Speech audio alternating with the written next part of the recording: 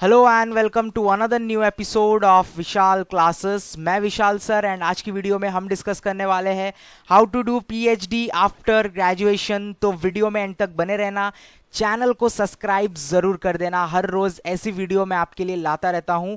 तो आज की वीडियो में हम देखने वाले हैं फर्स्ट पार्ट में कि पीएचडी होता क्या है, एंड देन सेकेंड पार्ट में required skills for PhD. After that PhD का एलिजिबिलिटी क्राइटेरिया क्या है, पीएचडी के लिए कौन से एंट्रेंस एग्जाम्स होते हैं एंड उसका एडमिशन प्रोसेस कैसा होता है, और पीएचडी का कोर्स का स्ट्रक्चर कैसा होता है, आज की वीडियो में हम देखने वाले हैं। तो ये पूरा वीडियो 6 अलग पार्ट में डिस्ट्रीब्यूटेड है, एंड तक ज़रूर देखना तो ही आप पूरे प्रोसेस को समझ पाओगे। If you are planning after post graduation PhD के लिए तो ये वीडियो आपके लिए बहुत ज़्यादा इंपॉर्टेंट है। इस एक वीडियो में आपके सारे सवालों के जवाब मिल जाएंगे। तो चलिए स्टार्ट करते हैं। सबसे पहले व्हाट इज़ पीएचडी। पीएचडी एक डॉक्टोरियल डिग्री होता है जिसमें आप किसी एक सब्जेक्ट के बारे में रिसर्च कंडक्ट करते हो और उस रिसर्च के रिपोर्ट के बेसिस पे आपको डॉक्टोरियल डिग्री मिलता है। आपके नाम के आगे डीआर वाला जो टाइटल होता है वो लग जाता है।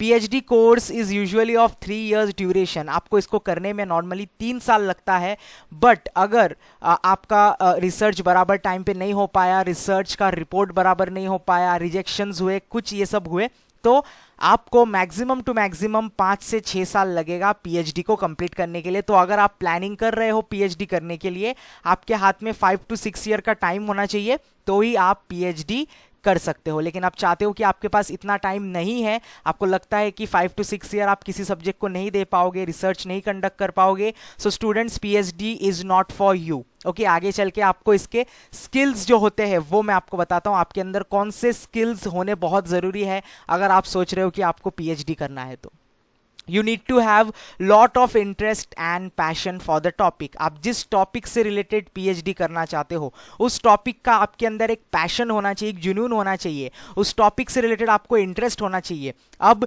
पीएचडी जो है वो हम अलग अलग वेरियस स्ट्रीम्स, वेरियस सब्जेक्ट से रिलेटेड कर सकते हैं। कॉमर्स के लिए बहुत सारे पीएचडी सब्जेक्ट्स है, आर्ट्स के लिए बहुत सारे पीएचडी सब्जेक्ट्स है, और साइंस के लिए भी अलग से बहुत सारे पीएचडी सब्जेक्ट्स है। तो जिस सब्जेक्ट से रिलेटेड आप पीएचडी करने जा रहे हो उस सब्जेक्ट में आपका बहुत ज़्यादा इंटरेस्ट, पैशन होना बहुत ज़रूरी है। You should be too much hard working.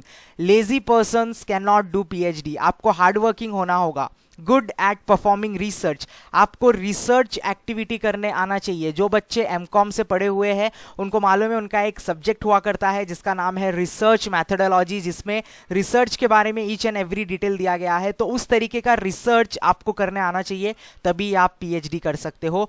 Good writing capacity. PhD में बहुत ज़्यादा आपको लिखना पड़ता है, तो आपकी राइटिंग कैपेसिटी जो है वो बहुत ज़्यादा अच्छी होनी चाहिए। यू हैव टू बी कीन ऑब्जर्वर। सारी चीज़ों को आपको अच्छे से ऑब्जर्व करना होगा, उसके कंक्लूजन्स निकालने होंगे, and you have to prepare a report about your research work. You have to be self motivated. आप सेल्फ मोटिवेटेड रहोगे तो ही आप पीएचडी कर पाओगे।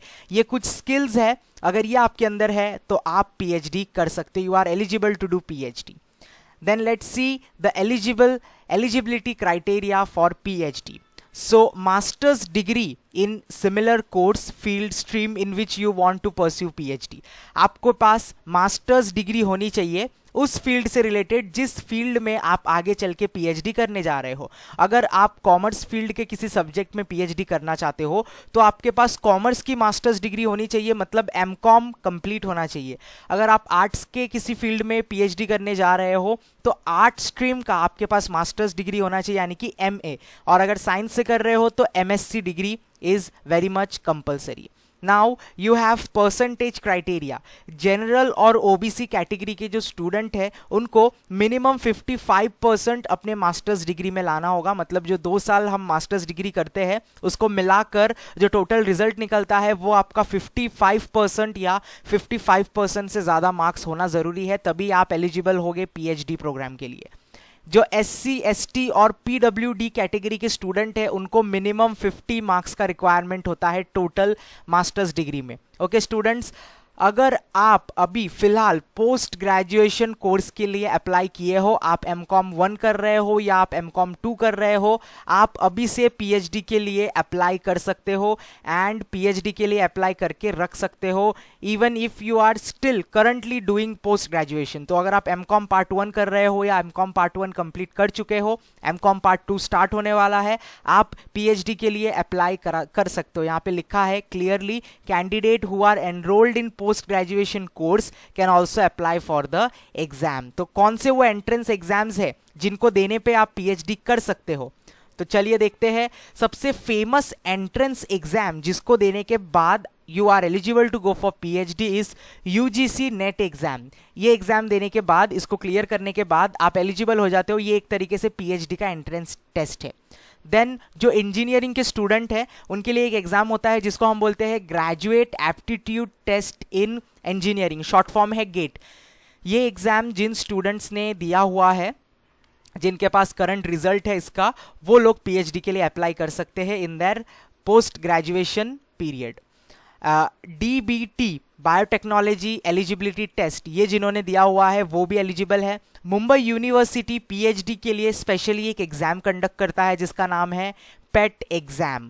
तो स्टूडेंट्स, अगर आप चाहते हो कि मैं इन एग्जामिनेशन पे, जो एग्जामिनेशन मैंने अभी भी बताया है, जितने भी एंट्रेंस एग्जाम अभी मैंने बताया है, इनके ऊपर अगर मैं डिटेल वीडियो बनाऊं तो कैसा होगा? अगर आप चाहते हो कि इन एग्जामिनेशन के बारे में आपको और जानना है तो प्लीज कमेंट सेक्शन में मुझे लिखकर बताना कि किस एंट्रेंस एग्जाम के बारे में आपको इंटरेस्ट है, किस एंट्रेंस एग्जाम के बारे में आपको जानना है। जिस किसी भी एंट्रेंस एग्जाम का ज्यादा रिक्वेस्ट आएगा, मेरा नेक्स्ट वीडियो उसी एंट्रेंस एग्जाम के ऊपर होगा। पीएचडी के लिए जो एंट्रेंस एग्जाम्स है, प्लीज कमेंट करो किसके बारे में आपको ज्यादा इंफॉर्मेशन चाहिए। ओके स्टूडेंट्स, वीडियो में आगे बढ़ते हैं एंड अब हम देखने जा रहे हैं एडमिशन प्रोसेस फॉर पीएचडी। आपने एंट्रेंस क्लियर कर लिया, आपने मास्टर्स डिग्री क्लियर कर ली, अब एडमिशन प्रोसेस कैसा होता है? You have to visit the official website of educational institute.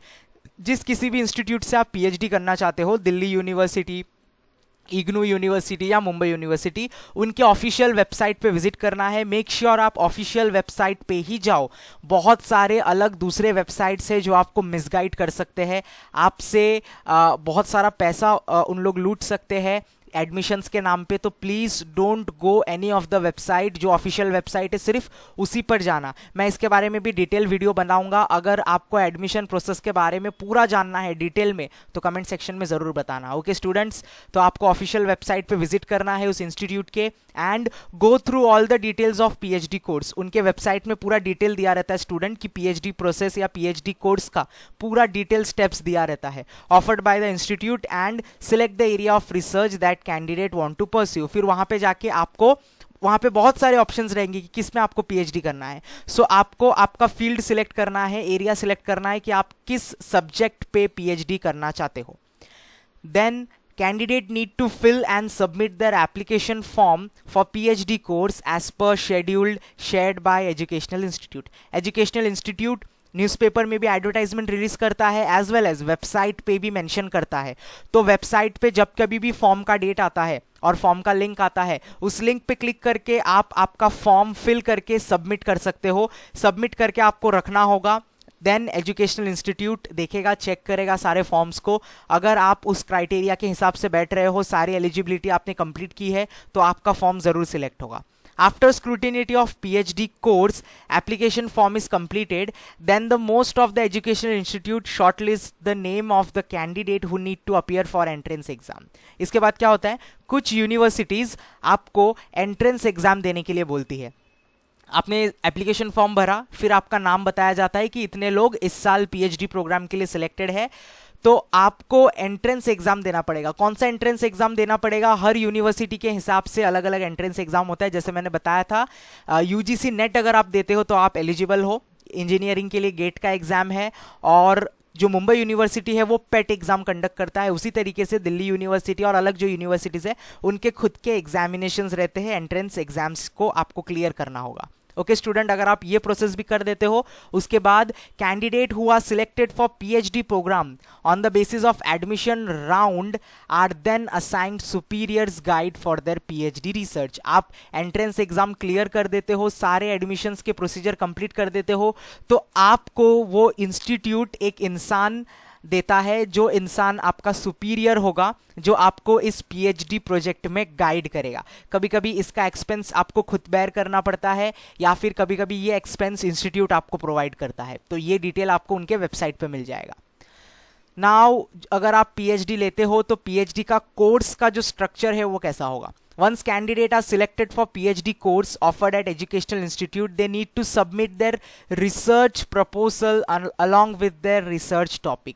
आप सिलेक्ट हो चुके हो, आपको एक सुपीरियर मिल चुका है, अब आपको आपकी रिसर्च का जो टॉपिक है वो इंस्टीट्यूट को बताना होगा कि मैं इस प्रोजेक्ट पर, इस टॉपिक पर अपना रिसर्च कर रहा हूँ। Candidates are allocated a research superior और गाइड। आपके साथ एक सुपीरियर, एक गाइड होता है जो आपको हमेशा सजेशंस देता रहेगा, गाइड करता रहेगा आपके रिसर्च वर्क में। Require aspirant to submit 6 month progress reports for their research work. हर 6 महीने में आपने जो भी रिसर्च किया है उसका रिपोर्ट इंस्टीट्यूट को सबमिट करना होता है। As a research student one need to give at least 2 seminar presentation. आप अगर रिसर्च कंडक्ट करते हो, 3 साल का जो आपका पीएचडी प्रोग्राम है या 5 साल का जो भी आपका पीएचडी प्रोग्राम, आपको जितना टाइम लग रहा है, इस पूरे टाइम स्पैन के अंदर आपको 2 बार सेमिनार्स कंडक्ट करना पड़ेगा, जिसमें आपको लोगों को बुलाना पड़ेगा। मीडिया हाउसेज होंगे, न्यूज़पेपर एजेंसीज होंगी, जिसपे एडवर्टीजमेंट छपेगा, आपकी रिसर्च वर्क के बारे में प्रमोशन होगा, तो ही आप एलिजिबल हो पीएचडी कंप्लीट करने के लिए। पीएचडी का एक बहुत बड़ा इंपॉर्टेंट स्टेप है। PhD student need to publish at least 1 research paper in peer reviewed referred journal। तो जो जर्नल्स होते हैं जिसको बहुत ज़्यादा रिव्यू मिलता है अलग अलग ऑथर से, अलग अलग पब्लिशिंग एजेंसी से, आपको खुद का एक रिसर्च पेपर बनाना होगा। एक रिसर्च पेपर मिनिमम, जिसपे आपकी खुद की रिसर्च की डिटेल इंफॉर्मेशन रिपोर्ट होगा, जो एक पब्लिशिंग कंपनी या कोई रिव्यूअर इसको रिव्यू करना चाहिए। Okay students, that is very much compulsory. Before aspirants submit their thesis, their superior or guide will organize a pre-submission seminar। आप जब रिसर्च कंप्लीट कर लोगे, इसको फाइनल सबमिशन के पहले आपको इसको दिखाना होगा बाकी जो लोग हैं, जिसको हम लोग प्री सबमिशन बोलते हैं। तो आपको आपका जो प्रोजेक्ट है वो फाइनल सबमिशन के पहले प्री सबमिशन करना है, ताकि चेक किया जाए आपकी रिपोर्ट में कोई गलतियां तो नहीं है।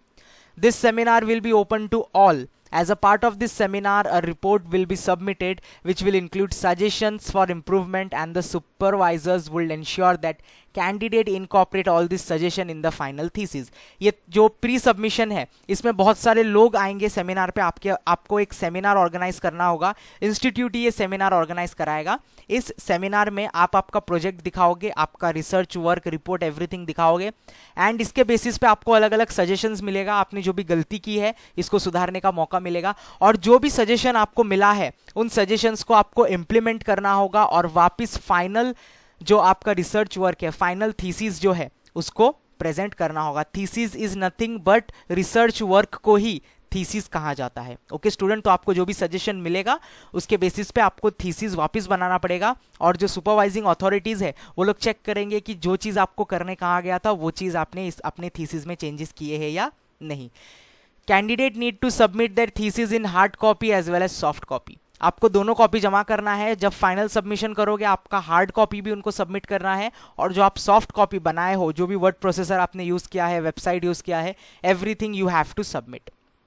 Then you have to go through a process of viva. आपको वाइवा देना है, स्मॉल इंटरव्यू होगा, उसमें आपको पूछा जाएगा, तो आपको सारे आंसर्स परफेक्टली देना है। Candidate who have completed all this step to perfection will only be conferred as PhD degree। अगर आप इन सारे प्रोसेस से गुजर जाते हो परफेक्टली विदाउट एनी फेलियर, तो आपको PhD डिग्री मिल जाएगा। आपके नाम के आगे DR वाला जो टाइटल होता है वो लग जाएगा।